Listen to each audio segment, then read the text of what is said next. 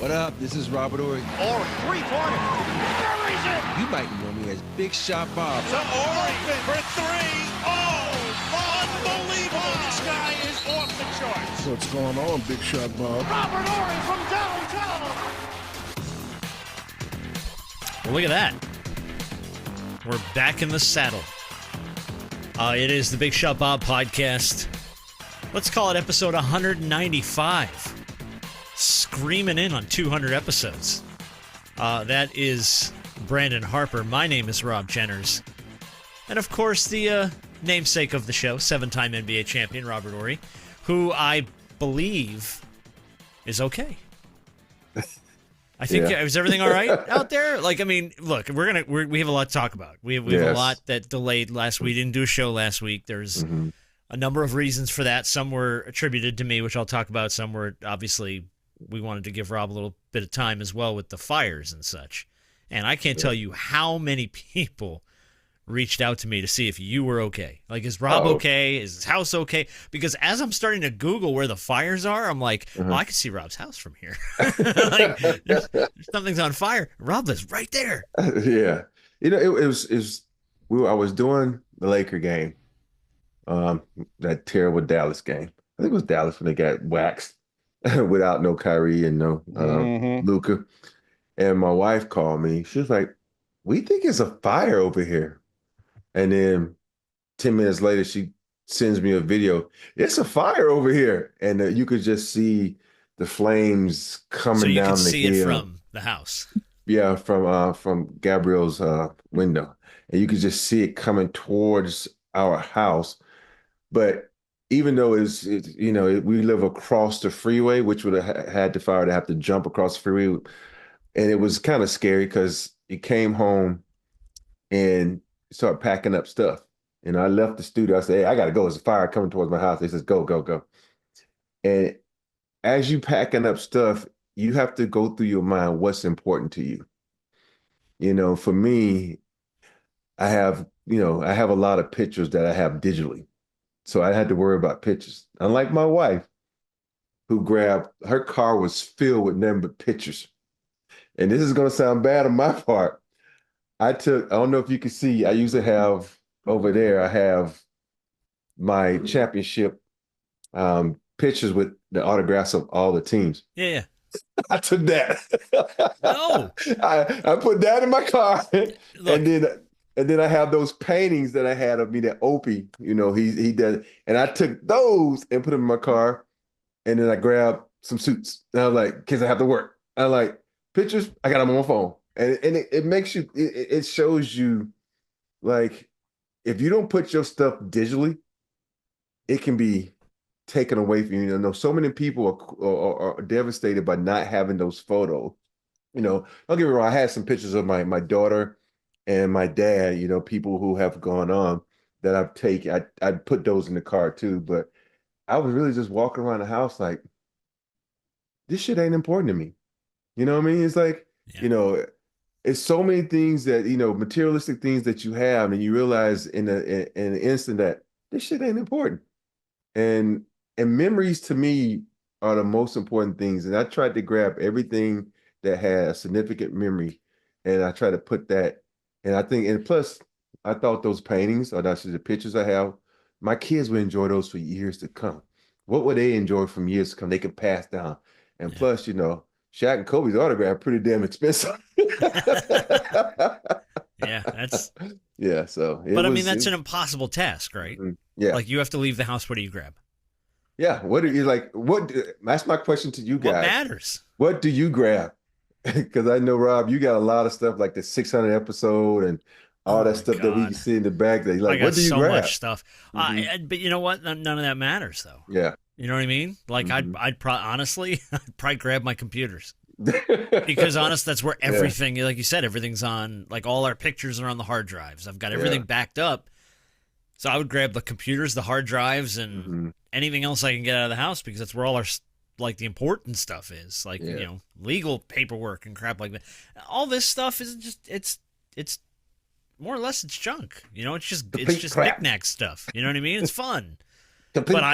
It's all stuff that can be replaced. Yeah. So you go, what can't be replaced? That's always the first thing you do. Like, all right, what can I replace? Yeah. So I don't know. That's my best guess. I don't know. Hart, what do you grab if your house is, if something, you got to leave the Besides house your right dog. now, man. Besides, now you can leave the dog. Look, man, the dog is debatable. No, I'm just playing. No, the dog's great, man. I'm just I don't know. I don't think it's one of those things where whatever's on me, because I usually always have my phone, my wallet, keys of some sort. So always whatever's on me, one. But I mean, I don't know if there's really anything else that I would. There may be a couple of pictures or so, but like you said, there are a lot of stuff that I have that's digital. You know, and they're sitting in a cloud drive or something. You know what I'm saying? So I don't know if there's anything else that's oh so important that I need to grab that I know I couldn't replace in time. Sure. You know, so whatever I already have on, cool. If somehow, some way I needed to grab just a few clothes, you know, a pair of clothing items for whatever reason, cool. Because you just never know where you're going, how long you're gonna be there, and stuff like that. But other than trying to hoard my car with stuff,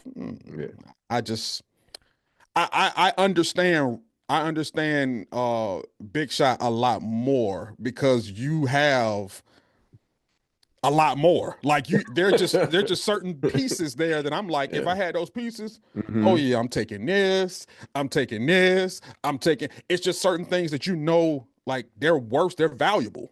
Yeah. Well, and some of that stuff too that you have, Rob, is irreplaceable. Yeah.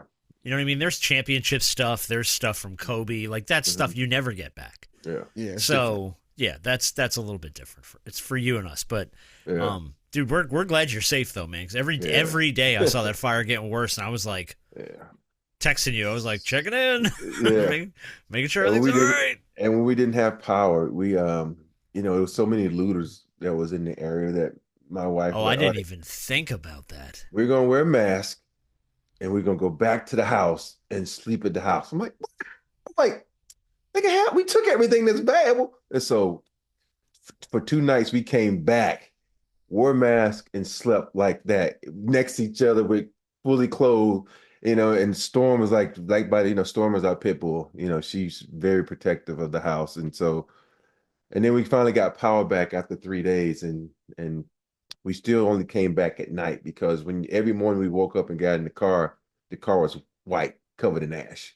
And that's what they say. If you have something outside like a car, and if it's covered in ash, you have to wear a mask. And so we've been wearing masks. We won't go outside. We go out. It feels like a little bit of COVID where we don't go places, but when we go places, we wear a mask. So it's bad. And then when people look at the photos, I don't know if you noticed, but halftime the photos they show you are the same pictures because that's only the area that they let you in. But the pictures, they don't do it just on how bad it really is. And for me, when you see like the aerial shots and you see how the Pacific Palisades has just been totally destroyed. And for people who don't know, everybody know what San Francisco is. Everybody know about San Francisco. You don't know about the Pacific Palisades. If you put San Francisco into Pacific Palisades, there would be no San Francisco. That's how big the fire was. There would be no city of San Francisco. And when you put that in perspective, you like, damn, it's a lot of people who lost materialistic things, but the people I worry about more are the people who were living in that area and it was, you know, working in that area. Now they don't have a job. Now they don't have a place to stay because a lot of people in Pacific Palisades, they can relocate. You know, they got insurance. They got, you know, means to, you know, live a couple of days and rebuild. Yeah. Yeah, not all of them, but some of them. But I'm just. That was another part of that story. Yeah. Holy crap. That's one of the things that I worry about. So many people are going to be homeless and without a job. And it's going to take a while to rebuild because you just can't just start rebuilding tomorrow because now you got to test the soil. You got to do all these other things. You got to clear debris. You got to make sure no hot spots are, because there's a lot of times that the fire is underground. As soon as you move something, the blaze comes up and you screwed again. So it's very devastating. And I'm proud of all the first responders who going out there and pretty much put their lives on the line to try to, get this thing under control and to help people who are in need. Well, I know I had a lot of people reaching out thinking about you. Thanks. Making sure Thanks your to all family you was people. safe and just wanting to make sure you were okay. I think I'm a survivalist now. I made it through a flood, dude, in Houston, and I made it through a fire. So. Well. You don't need to go back on World's Toughest Test. I think you've been through it. I think you've been through the World's Toughest Tests. Yeah. We have a lot of stuff to talk about today. We got a lot of Jimmy Butler. We got Zion Williamson drama. We got all kinds of fun stuff to talk about. It's a lot of stuff happening. I very briefly want to just address the elephant in the room. Just to put it out in the world, because some people know, some people don't. After the new year, on January 2nd, we lost my son, Cody. And I've said this 100 times in the last 2 weeks to everybody. Check on your people, because Cody was 32 years old. He was a bit of a loner. He did his own thing, but he was very happy, very engaged, loved his family, was always here for stuff. It wasn't like he was isolated, but he didn't have a big friend group. He had a girl in his life for a long time that was on, off, and, that may have had something to do with what happened, but, he very sadly decided he had enough, and he took his own life. I know, and it's not the same, but, Rob, you lost your beautiful daughter, Ashlyn, I think back in 2011, and different circumstances entirely, but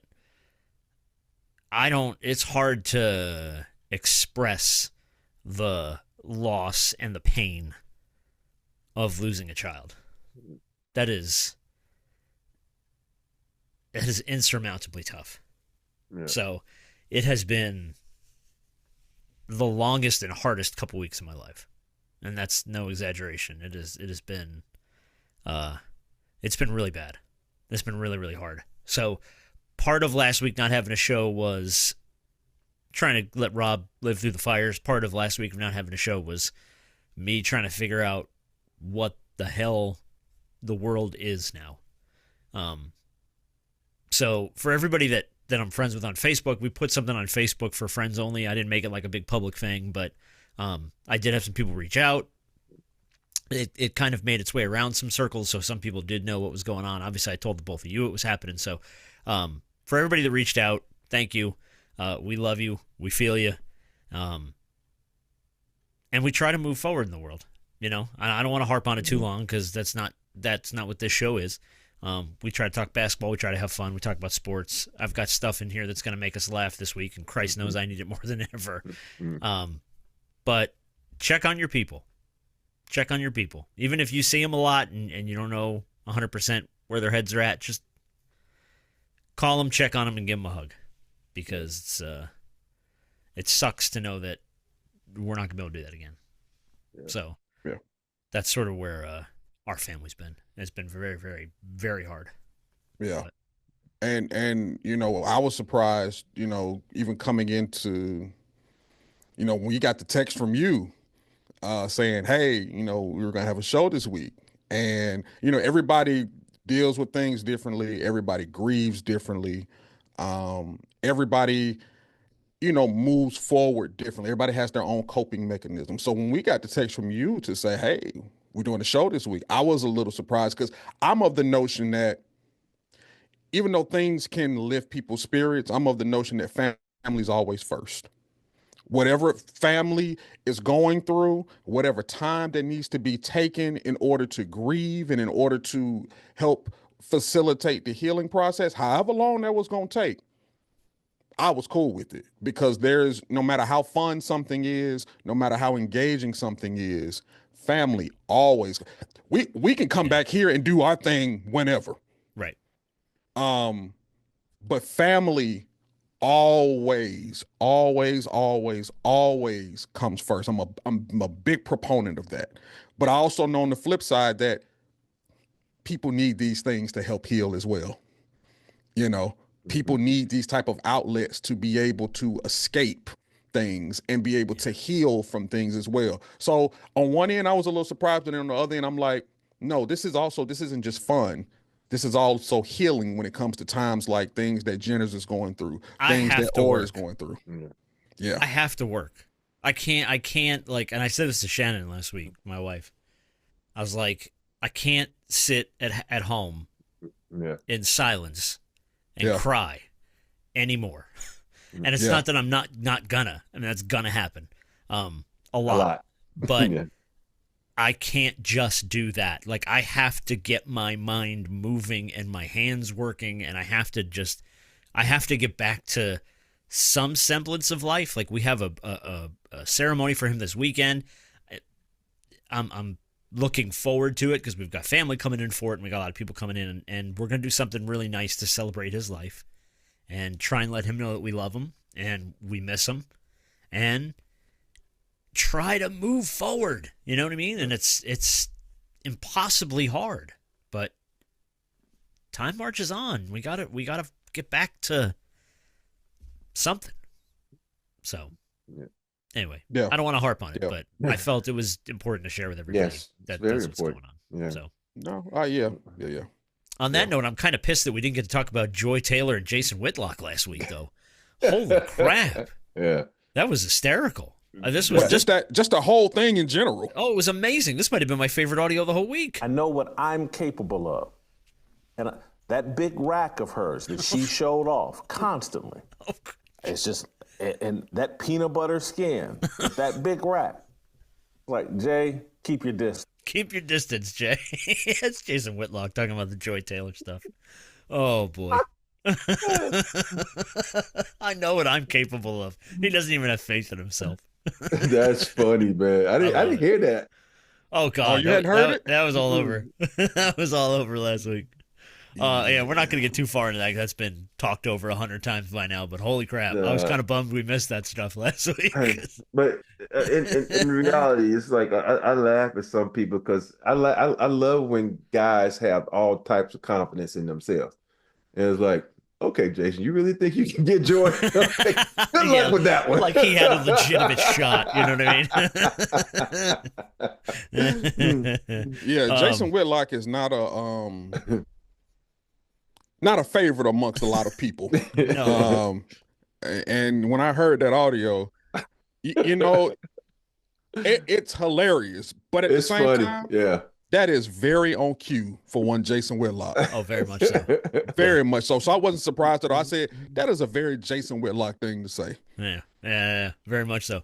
I do want to talk about, we got DraftKings back with us this week. We're going to get to them in a second.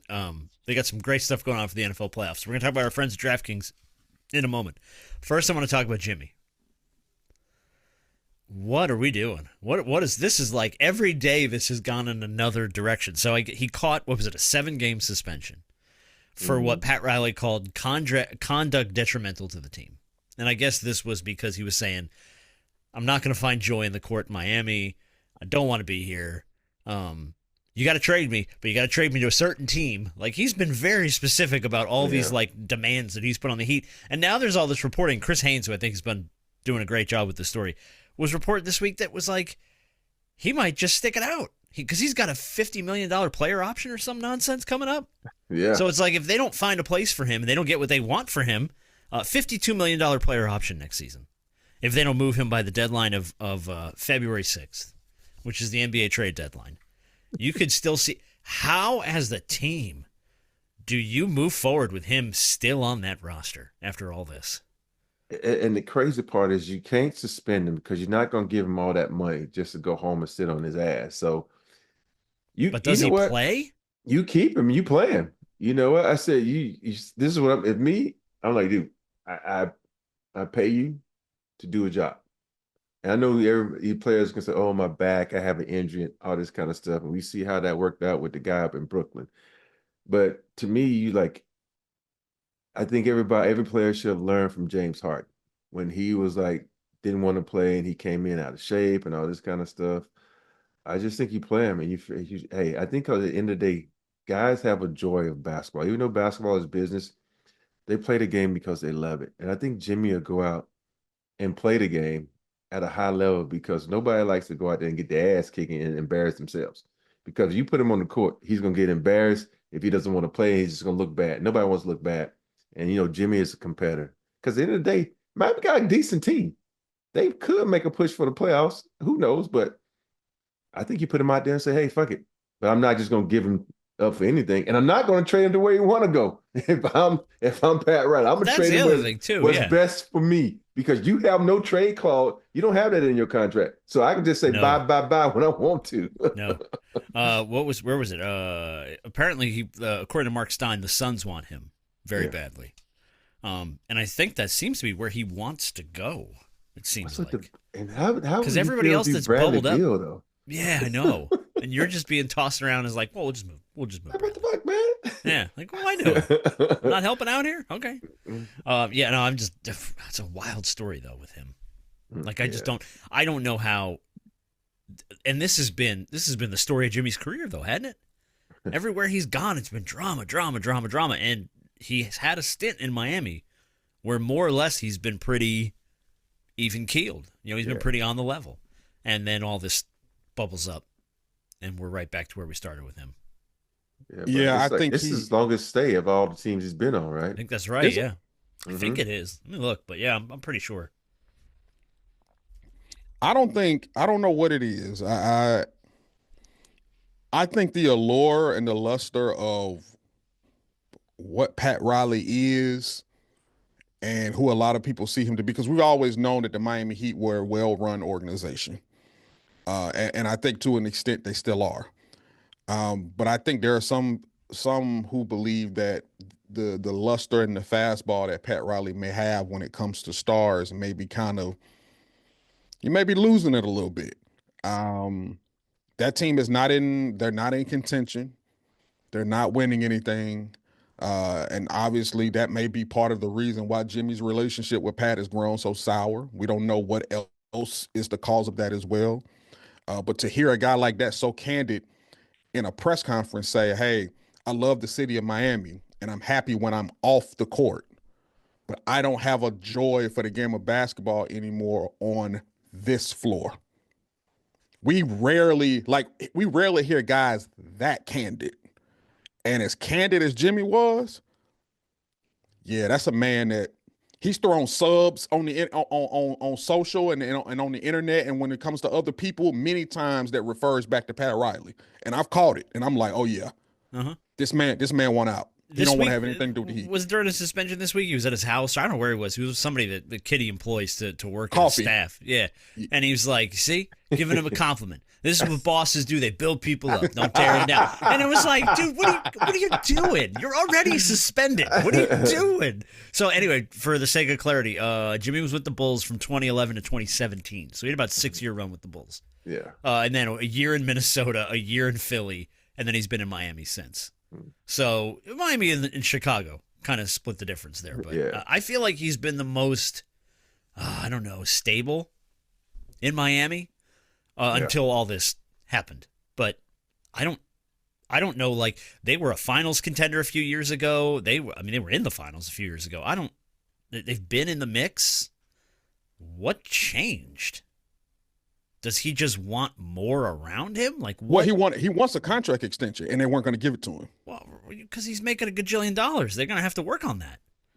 And that's the other thing, too. If you want a contract extension, you can't be doing this shit. You got to find a way to earn that, man. Yeah, but here's the problem. It's like you want an extension. You 35. You on your way down. You haven't won a championship. So, and this is just the way GMs look at it. They're like, okay, you're 35 years old. You stay hurt now. You're making $50 million. You think I'm going to add to $50 million when you haven't brought this organization a championship? Now, that's Steph Curry. Steph Curry gets an extension because he's been, healthy. He brought championships. It's a LeBron James, all these guys. But these guys who want these extensions when you making top 10 money and you hadn't won a championship, owners are like, no, I'm not giving you that because you haven't won anything and you haven't brought us that money to this team. So, and I think, well, I'm just as good as this guy over here, but the guy winning. He's won championships. So that's why he got that money. It wasn't because of who he's won that. He got that money because of he won championships. So, yeah, Jimmy, Be happy, Jimmy, because there's a lot of us wish we was making $50 million a year. You ain't kidding, bro. All right, listen, before we get to Zion, I want to talk about DraftKings. Rob, I need you to channel your best Jim Mora. Playoffs? Playoffs? We're talking about playoffs. And if you want to get into the action at DraftKings Sportsbook, they are the official sports betting partner of the NFL. Yeah, scoring touchdowns is key to winning in the playoffs. And you can score big by betting them at DraftKings, the number one place to bet touchdown. Touchdown! Ready to place your first bet? Try betting on something simple like a player to score 6. Go to DraftKings Sportsbook app and make your pick today. All right, I want your picks here. Ready? Here's some of the games coming up this weekend. Chiefs are laying 7.5 against the Texans. Heart? What do you think? or mine. I'll take that because it's going to be cold in Kansas City and Houston. You're playing. taking the 7.5. Okay. I'm taking the 7.5. Yeah. Okay. Yeah. No, I like CJ Stroud a lot. Mm-hmm. I don't know, man. I'm going Kansas City. I think Kansas City's too damn good. It's hard to bet against Pat Mahomes. Lions are laying 9.5 against the Commanders. Taylor Swift? Oh yeah, that's right. Sorry, my bad. The Lions are laying 9.5 against the Commanders on DraftKings right now. I do give me the Lions all day. Nothing against Dan Quinn and the Commanders, but dude, Dan Campbell might be my favorite coach in the whole league. He's awesome. Lions win this game, but I'm taking Washington because I think Washington's gonna cover. We are 100% against each other. And then the last one I have on the page, and we have another game here, but I just put this one down too, just because it's so close. Baltimore's laying 1.5 points at the Bills. Bills are a home dog. It's hard to the way the King looked last game. I'm going with the Ravens. Oh, my God. You and I are so opposite. Bills at home, dude. Bills Mafia is going to represent at home, and 1.5 ain't nothing. But, yeah, that's like a 1.5 is nothing, yeah. No. But, listen, if you want to get in on some of this action, head over to DraftKings Sportsbook. New DraftKings customers can – I'm reading your lines. What am I doing? This is your part of the commercial. Go ahead. New DraftKings customers can bet $5 to get $200 and bonus bets instantly. Download the DraftKings Sportsbook app and use code BIGSHOTBOB. That's the code, Big Shot Bob. A few new customers to get $200 and bonus bets instantly when you bet just $5. Only on DraftKings Sportsbook. The crown is yours. Gambling problem? Call 1-800-GAMBLER. In New York, call 877-8-HOPE-NY or text HOPE-NY. In Connecticut, help is available for problem gambling. Call 888-789-7777 or visit ccpg.org. Please play responsibly on behalf of Boot Hill Casino and Resort in Kansas. 21 plus age and eligibility varies by jurisdiction. Void in Ontario. Bonus bets expire 168 hours after issuance. For additional terms and responsible gaming resources, see dkng.co/audio. All right. Thank you, DraftKings. Hey, don't even take me up on what I just said because, hell, all of us was wrong when it came to college football. No. I just wanted your picks. I was saying don't go bet money on what Rob is saying. No. I just wanted your picks. And you and I fell complete opposite on every single one of those. So, yeah. We got nothing. We were together on the first one. Oh, were we? Yeah. Okay. Mm-hmm. Yeah, all right. Yeah. What do you... Nobody picked Notre Dame, man. None of us picked Notre Dame. No, I had no faith in... I still don't have any faith in Notre Dame. If you're going to tell me Ohio State and Notre Dame are playing... I'm picking Ohio State. Yeah. I can't. And now watch Notre Dame show me up again and win. And win the national championship. When was the last time Notre Dame has won? I can't remember, but the last time they were in it was versus Alabama. And they got fucking slaughtered. Oh, they got destroyed. Yeah. I won like $10,000 on that game. Let's see. Notre Dame Fighting Irish football. National championships. Tim Brown? 1988. So, yeah, that very well could have been the Tim Brown team. Yeah, damn. 88 Fighting Irish. Lou Holtz was the coach. And, yeah, that was the last time they won it, 1988. So it's been a minute for the Irish. But I still don't have any faith in Notre Dame. I know it's a different team, but I don't. Right. What do you make of this Zion stuff? I've got some audio from First Take I do want to play for you. We'll get to it in a second. Just because I thought Shannon and Stephen A had maybe a little bit too much fun with this. But I thought it was fun. I thought I wanted to play it. But he gets a game for showing up late, I guess, for a road trip. And that just spun wildly out of control. There was all this like fake posts online and stuff of him being at a Wendy's and stuff. And none of that turned out to be real. All that turned out to be fake. But I'm going to play the audio and I'm going to get your take on it because I thought Shannon and Stephen A had fun, but there's some valid points in this. So this is about a minute. Hang tight. Zion has spent a lot of time on the court. It just happened to be in the mall. It's the food court. You missed 27 games. It's not like they sprung this trip on you, Stephen A. He knew they were traveling out of town. And you're late. Nobody wants to suspend their superstar star player. And they normally don't have to. Why? Because professional is a term that describes your occupation. You see, everybody keeps, and Stephen A., you mentioned it. Zion needs a change of scenery. No, he needs a change of eatery. Stop going and eating everything that you see, bro. That's embarrassing. I better not find out this has something to do with food. I'm not joking. I better not find out this has something to do with food. Zion's played 7 games this year. 7 games. What are you late to anything for? You getting paid, checks don't bounce. You getting your money. He is stealing money. He is stealing money. And I say that not to question the legitimacy of his injury. I'm saying that to question his professionalism. Yeah, they got a little heated there, but Yeah. I don't honestly, I don't think they're wrong. Yeah, it's weird. I don't think anybody, like, I think about Dream, Vernon, Kenny, Shaq, Cole, all the guys I played with, Tim. I don't think nobody's ever been late to a plane, especially leaving your city. I never had that. And it's just weird when a guy, this is what you get paid to do. You pack the night before, or you go straight from practice site to the plane. It's so many things that you already have in place. You have a schedule, you have a routine. And I know he hasn't played and traveled for a while, and his routine might be off kilter, but still though, you don't ever want to let your family down. And when I say that, your teammates or your family, now you're doing this, you're doing a disservice to your extended family. And for me, like, dude, you got to be on time, bro, because one of my biggest pet peeve is for people to not be on time. When you're not on time, that means you don't really care about us as an organization. You don't care about us. You only care about yourself. And if you have an excuse, oh yeah, accident on the freeway, that's fine. But it's just like, oh, I'm just late. You have no legitimate excuse. It's just wrong, man. And it's just hard to just believe in guys who don't respect you as a teammate and as a person, as a man. And ain't he supposed to be the star of that team? One of them. Ain't he supposed to be the guy leading the team? Yeah. Even if you're hurt, you're still the guy leading the team. If you want to get paid what you get paid, isn't that your job?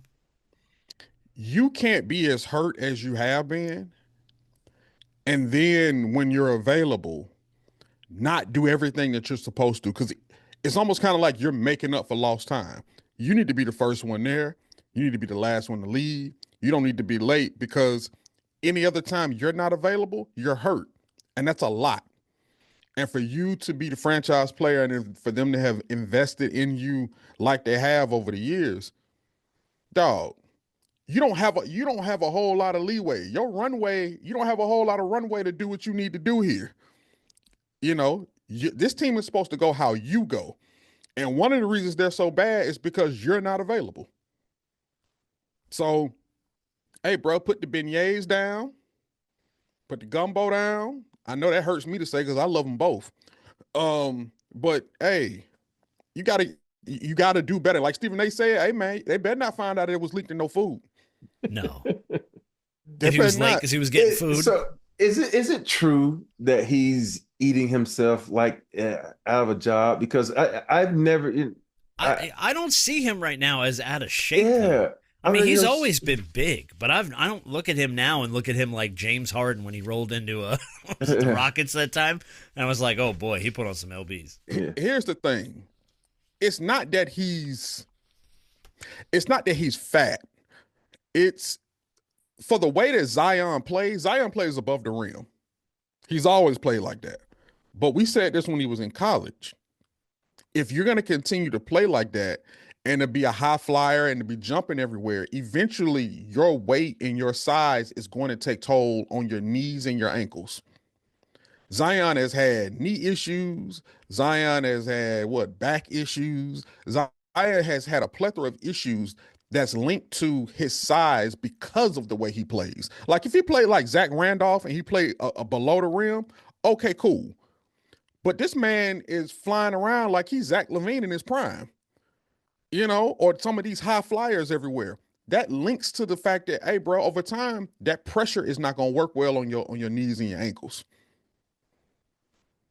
So he's going to end up, that's going to take him out of his game a lot sooner than he really should, because, hey, that's a lot of pressure coming down and hitting the floor. Yeah, big time. He's fat. No, see, that's uncalled for. But I mean, he's got to, dude, be on time. There's no excuse. Yeah. There is absolutely no excuse, especially if you're injured. If you're just getting back in routine, just freaking be on time. Like you said, Rob, it's a lack of respect. Yeah. You don't care about us. You're doing you. Show up on time. You never had anybody you played with that was just chronically late? There's got to be some folks. Well, Clyde was always late for practice. Shaquille had to be chronically late. No, Shaq was never late. Shaq was on time? Yeah, he was on time. Wow. When you like your team, you're on time. I guess that's true. I guess that's true. Yeah. Like, I think with Clyde, though, Clyde would come to practice. Practice started at 11 o'clock. He would get there like 10:55. But that mug would be on the floor by 11:01 and be going full speed without having to stretch or anything. Which is enough. So, but yeah. Yeah. All right. Look, let's go around some of the other stuff going out around the NBA, because I've got some amazing audio we got to get to. We're also going to play Black Crime and White Crime. It's back because there were 3 stories this week that I was like, oh my God, this game's coming back this week. Just looking at the NBA standings, man, right now, Sunday night, Pacers beat the Cavs, ended their 12-game winning streak. This is the second double-digit winning streak the Cavs have laid down, and we're only halfway through the season. They are 34-5. And if you look at the East, it's wild. The Magic are in 4th place right now in the East, and they're 11 games back of the Cavaliers in 4th place. So the Cavs are just, man, they're running away with the East right now. They're rolling. Dude. And then the Thunder on the other side of the bracket, right there with them for the best record, 33-6. And then the West is so different, because from the number 2 which, by the way, the Rockets are the number 2 seed in the West right now. How about Houston? Yeah. They balling. Dude. Yeah. But from the number 2 Rockets to the number 12 Warriors, the difference is 6 games all the way down. So, like, for instance, like 2 days ago, the Spurs were the 12th team. They're the 9th team. I think they won like 2 games. Yeah. They've jumped up like 4 spots. So it's just, the West is just totally different. Yeah, 3 games ago, the Lakers were 3rd. Yeah, now where are they now? They lose 3 in a row. Now they're like the 7th seed. Like 7th or 8th or something. Yeah, they fell way off. But yeah. Is there surprise? Are the Rockets the surprise team for you so far this year? It is. I always thought the Rockets had a really good team. I thought they were just young and they'd make some foolish mistakes, which would cost them some games. But lately, they've been playing very good basketball. Jalen Green has been fucking phenomenal. Sagoon has been, a man in the middle, and he's been, controlling the paint, getting a lot of offensive rebounds for them. But the surprising guy for me that's been like they counted their rock is Adams. Steven Adams is just doing what bigs do: rebound, get extra shots, and just be that enforcer that nobody has in the league but them. Yeah. Memphis too, by the way. Yeah. Man, Memphis playing out of there. Playing with it's amazing what happens when you get John Morant back in the lineup. Well, they're kind of quiet as well. They are. No one's talking about the Grizzlies. They're really quiet. Yeah. No one's talking about the Grizzlies. Couple standout performers this week I just wanted to throw out there to get your guys' take on. I'm going to start with Zach LaVine. Finding his way back, man. He's put up at least 30 points in his last 6 games, a couple double-doubles in there too. And now I'm hearing all these reports, well, the Lakers are, of course, interested in Zach LaVine now that he's playing well. Now, apparently that conversation started but went nowhere. Yeah. Have you heard anything about this? Well, with the Zach LaVine, there's always the possibility, they talk about him. They talked about him last year. They talked about him before the season. But at the end of the day, does it fit money-wise? You know, Can't. And it can't. And the thing is, everybody wants Austin Reeves, and the Lakers do not want to give up Austin. And so, to me, do I take Zach LaVine or Austin Reeves? I'm taking Zach LaVine. You know, yeah, I love Austin to death, but when you come across a talent like Zach LaVine, I know you have to deal with the injuries and stuff, but hey, you floundering in the wind right now. And you can't be wasting LeBron's prime. You can't be wasting AD's health. And I mean that because, you know, AD can get hurt. So I would take that chance and say, fuck it, let's get Zach LaVine. You know, because everybody keeps talking about, the Lakers need another big. When you watch the Lakers, they have no fucking guard play. Their guard play is, you know, is not up to par. You know, that's no diss to Austin Reeves. He just can't do it by himself. You know, without D-Lo there now, they don't have another guard to handle the rock. And so they need some guard play. Okay. Karl Anthony Towns. 8 straight games with a double-double, including a 44-16 night in there. A few 20-plus rebound games. Is it time to start believing in the Knicks with Cat playing the way he's playing? Some of those guys playing, Brunson, some of those dudes playing the way they're playing? I was wrong about Cat, by the way, so I'll go ahead and admit that. Go ahead. What were you wrong about? Oh, I thought for a fact that at least defensively, that Tibbs was going to want him to be something defensively that he had never been. And I think also, I think collectively they're playing really good defense, so the pressure is not all on him, but he's also playing good defense as well, at least good enough defense for them to be in the position that they're in. So whatever they're doing in New York right now, and it's working, and he looks happy in New York, and he's getting a lot of all-star votes because of that market. So everything's working out in his favor right now. But when you look at this team defensively, you think about this. You got Bridges, who's always one of the best defenders in the league. Josh Hart, OG. You got 3 really great defenders on the floor at one time. And Jalen Brunson, so now they can hide his ability to sometimes get lazy on defense. And then when you tall like that, sometimes you don't have to really be a great defender. Just stand there. You know, you can't teach size. And for me, that's why, you know, we talked about this trade when they got rid of down there. Can't even think of his name now. When they traded, made the trade for the guy. Oh, you talking about Julius Randle? Yeah, Randle. I thought they got the best of this deal. The first name that came to my head was DiVincenzo. I'm like, you're talking about DiVincenzo. Who gives a shit? Yeah. Why am I thinking about him? Yeah. Yeah, because I just think that Karl Anthony Towns, a lot of people hate on Cat, man. So many people hate on Cat because they expected him to be something that he's not. You know, everybody have this picture of a big man in their mind. Oh, he has to be like, you know, Shaq, Dream, Patrick Ewing. That's not Cat. Cat is a finesse type player who wants to shoot threes and, you know, get them down the court. So I'm happy that he's showing Minnesota like, we in third. Y'all not even in playoffs. Kevin Durant. Yeah. Playing like Kevin Durant. Which, I mean, everybody loves that. I don't think you always expect that from him, but he's putting about 30 a game up over his last 12 games. Wild and fun to watch. Suns playing pretty well. And I have to mention Joker. Just because this is nuts. He's about a hair shy of averaging a triple-double this season, which I didn't realize till I really looked at the numbers. 31.2 points a game. 13.2 rebounds a game and 9.8 assists. So he's a 0.2 assist average away from averaging a triple-double. How are the Nuggets not better? And they're not bad. But how are they not just rolling people with him doing that? You seen their roster? Okay, good point. Name their bench. No, outside of Westbrook, name someone off their bench. And Westbrook's been getting a lot of love the way he's been playing. Yeah. But no, I can't. When like Murray's been, you know, nothing, no great shakes. But yeah, I guess you're right. No depth. Yeah, no depth. All right, I want to talk about the national championship. I want to get to our game. Couple quick things. One thing is going to make you crack up laughing. Actually, both of these should. Tweet of the week goes to Vernon Maxwell. What the hell? Your boy Mad Max. The other night when Trae Young hit that game, so Colin Sexton, Trae Young, Hawks, Jazz. Colin Sexton hits that shot, ties the game with 2 or 3 seconds left on the clock. Trae Young heaves up a half-court game winner at the buzzer. And Utah's just crushed. There's all this video online of the fans after he hits the shot, and I'm like, oh, damn. They immediately depressed. So Maxwell hits Twitter and drops this, quote, I haven't seen this level of heartbreak in Utah since they banned incestuous marriages in 2010.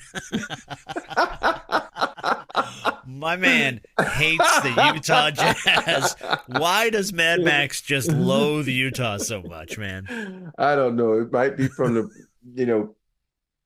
that's when he kind of left the team that time when he was playing Utah when he was in 1995. So that might have something to do with it. I don't know, man. He might have to do some of all the assists they used to give John Stockton, that one assist. So it could be some of anything. The fact that you couldn't drink when we played there, you had to be a member of a freaking restaurant or a club to have a cocktail after 10 o'clock. I can go on and on. All the number of reasons. Knows, man? Yeah. And then the audio of the week comes from TLC. They have a new show. It's a television channel, not the group. No, we're not chasing waterfalls. We're good. It comes from the television channel TLC. They have a new show out about a social media influencer named Balin, and I can't remember her last name, but the show's called Balin Out Loud. And the reason they have a focus on this girl is she has Tourette's. Now, Tourette's is a serious disease, but it is also a hilarious disease. I'm going to play some of the audio from the promo. No. Now, they're trying to get her just to talk about what Tourette's is and what the show's about. And God bless this girl. She's funny. She's engaging. But she sort of leans into her Tourette's. And here's some of the audio from the show. My name is Balin. I'm 21 years old, and I have Tourette's syndrome. In a little baby weenie. Spotted alone in a safari. An itchy baby weenie. Sorry, I'm excited. Off. Off. Tourette's syndrome is a neurological, involuntary motor and vocal disorder that is chronic. Chronic dick. Slap that wiener. Wrap that wiener. Tap that wiener. My tics can come from anything. Anything I see, hear, smell, think about. I'm trying not to look at him. No. Try not to look at who? Him! Because every time I see a bald person, I have to tell them that they're bald. So, you're bald. You're bald. I'm not making fun, but I love it. But she's doing that. She's doing a good job of that. Yeah, she's doing a good job. Slap that wiener. Wrap that wiener. Tap that wiener. Oh, just makes me so happy. And it's so stupid, but it makes me laugh. And if I needed anything this week, I absolutely needed a laugh. Yeah. So thank you to that young girl for dropping chronic dick. Love that. Man, I remember the first time I even, when you hear about Tourette's, I didn't know about anything about Tourette's till I came across Chris Jackson, who Mahmoud Abdul-Rauf. Yep. Chris Jackson was probably one of the best basketball players you ever want to see at a guard spot. And I remember we were at Nike camp. And, we both from the South, and all of a sudden we on the same, bus, and he's just, I thought he was just dancing, right? And someone said he has Tourette's. I'm like, what the fuck is Tourette's? I'm a little country boy, 15 years old. I never heard of Tourette's. But I think that's what made him so good, because the Tourette's in him made him have that, I don't know if it was made him quicker, but some of the shit he used to do on the court, damn. If he would, I wonder how his career would have went if they wouldn't have blackballed him. When he went Muslim. Yeah. How good he would have been. Yeah, who knows, man? That dude was so amazing. He was out of control good. Yes. Mm-hmm. And, you just don't get to see it. It's unfortunate. Chronic dick. That's what I thought. You have a pick for the national title game? Who are you picking? I'm going to pick Notre Dame. Because everybody I pick loses. So I'm picking Notre Dame. Who are you? What happened? to you. I'm taking Ohio State. Biggest, yeah, me too. You're like the biggest Notre Dame detractor I've ever known, and you're picking Notre Dame over the steamroller $20 million NIL payroll of Ohio State. You know what? I'm not. I want Notre Dame to win. Just because Ohio State. What is going on? Ohio State just took our receiver from Alabama, so fuck Ohio State. Well, they paid him more. It's not college football anymore, bro. This is minor league NFL. Man. That's what this is. It is crazy, This is man. Minor league sports. Yeah. This is practicing for NFL free agency is what this is. The only person that's in the portal now that I'm okay with it is the guy who left Georgia. You know, who, Carson Beck? You talking about Carson Beck? Carson Beck, because he went down to Miami to hang out with his girlfriend. Sure. So I'm all right with that. And Miami paid him $4 million for the season. So yeah. And I know his girlfriend like, $4 million? Come on, baby. Come on down, hang out in Miami. Get you 2 Ferraris down here in Miami. Come on now. And $4 million for a season, dude. I think there's rookie quarterbacks in the league that aren't making $1 million. Oh, he's making more money than like I think 10 quarterbacks in the NFL now. Yeah, it's crazy. Like I saw that number too. Yeah, and they don't even know he can throw yet. Because he won't be back to maybe game number 2. Yeah. I mean, if you get him for OTAs in the fall, you'll be lucky. Yeah, and you're realistically you're winging it for the first couple weeks and seeing what he's got. Yeah, which is crazy. Quick big shot of the week. Then we're gonna play Black Crime or White Crime. Big shot of the week is going to go to a young man named Jake Gadden. Jake's a sports journalist for CBS 13 in Sacramento. He covers the 49ers, the Warriors, the A's, the Giants, and Sacramento State. But he was doing a bit of recent reporting on the Raiders firing Antonio Pierce. They go to cut to him in the newsroom. He's sitting at his desk, and on the computer behind him is Rihanna's Instagram. And he's got all the lingerie pictures from her new Valentine's lineup, and he was clearly running through it when they threw the live shot to him, and he kind of, we're reporting on this Raiders firing. And I love it. Good for you, because you have to do something to disconnect yourself at work sometimes. And if it's Rihanna's Instagram, then God bless you, sir. So my question to Rob is... Now I got to go look at her Instagram. Oh, God. Live check-in with Robert Horry. Slap that wiener. Wrap that wiener. Tap that wiener. Exactly right. What do you do to disconnect while you're at work? Like, do you just goof off on your phone? Do you actually have games on your phone that you play or anything like that? I check scores. I check scores, and sometimes I might look at IG, but most of the time James is playing music. And, James has a really good voice, and sometimes he's singing. And Geeter, who sits next to him, he's like whistling and snapping his fingers to it. And I'm just sitting there in the middle like, okay, is this what we do? And then next thing you know, they're like, we're on, and James is sometimes fumbling with his phone, trying to turn it off. Turn the music off before you go live. Quick, get Rihanna's Instagram off. Quick. Yeah. Close it. But most of the time I'm playing a game. What do you play? I usually play this thing called Royal Match. There's so many people play Royal Match? They advertise in every freaking app I have. That stupid King game or whatever. Either that or I'm playing, you know how much I love Strike Force, Marvel Strike Force, so I'm playing that. Oh, do you like that? Mm-hmm. I haven't messed around with that yet, but I might give that a shot. Yeah. All right, well, listen. We haven't played it in quite a while. I got the first 3 stories this week, by the way, are all from this week. The first 3 stories this week. So let's go to it. It is time for Black Crime or White Crime. All right. First story. A man and a woman are accused of having sex on the floor of a Waukesha, Wisconsin laundromat on Christmas Eve. This is not the first time they have been charged with this crime. But this time they were caught on security video having sex at a laundromat underneath a poorly secured sheet on the floor. This is a mixed couple. So my question to you, is it a white guy and a black woman or a black guy and a white woman? A black guy and a white woman. Okay.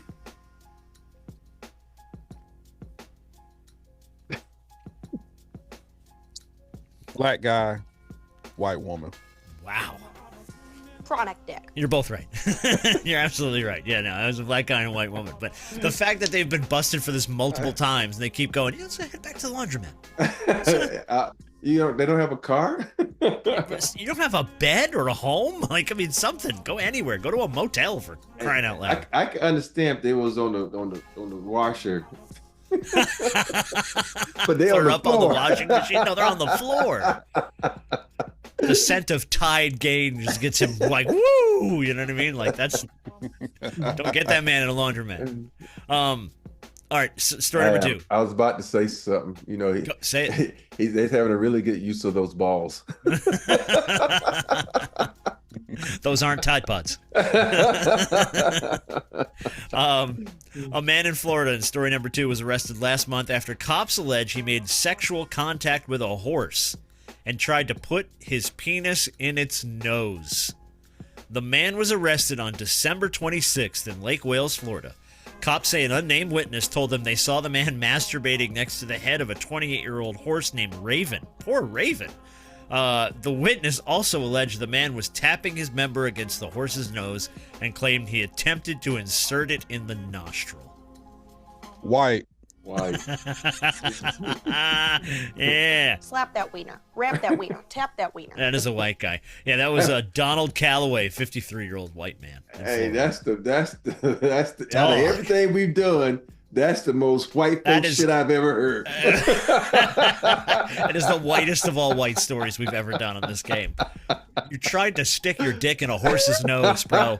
Like, where has this world gone? Where has this year taken you? What were you taking? I don't know. You had to be on some shit. Dude, and the day after Christmas.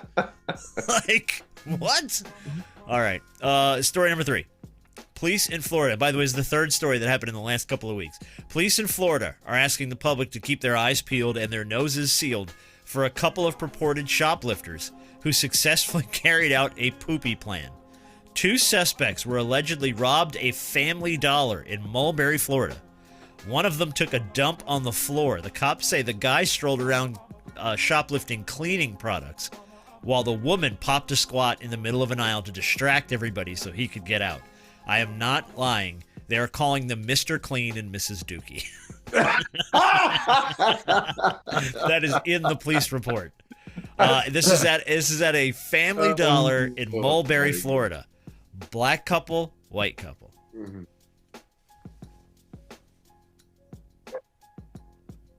I'm gonna go out on a limb and say black. It's because the setup is supposed to be black. I'm gonna go white. I'm gonna say white couple. No, you fell for the bait. It's a black couple. It was a black couple. Oh, God. I mean, like, of all the distractions. That's nasty. You couldn't just start a fight with somebody or something. You got to take a dump on the floor.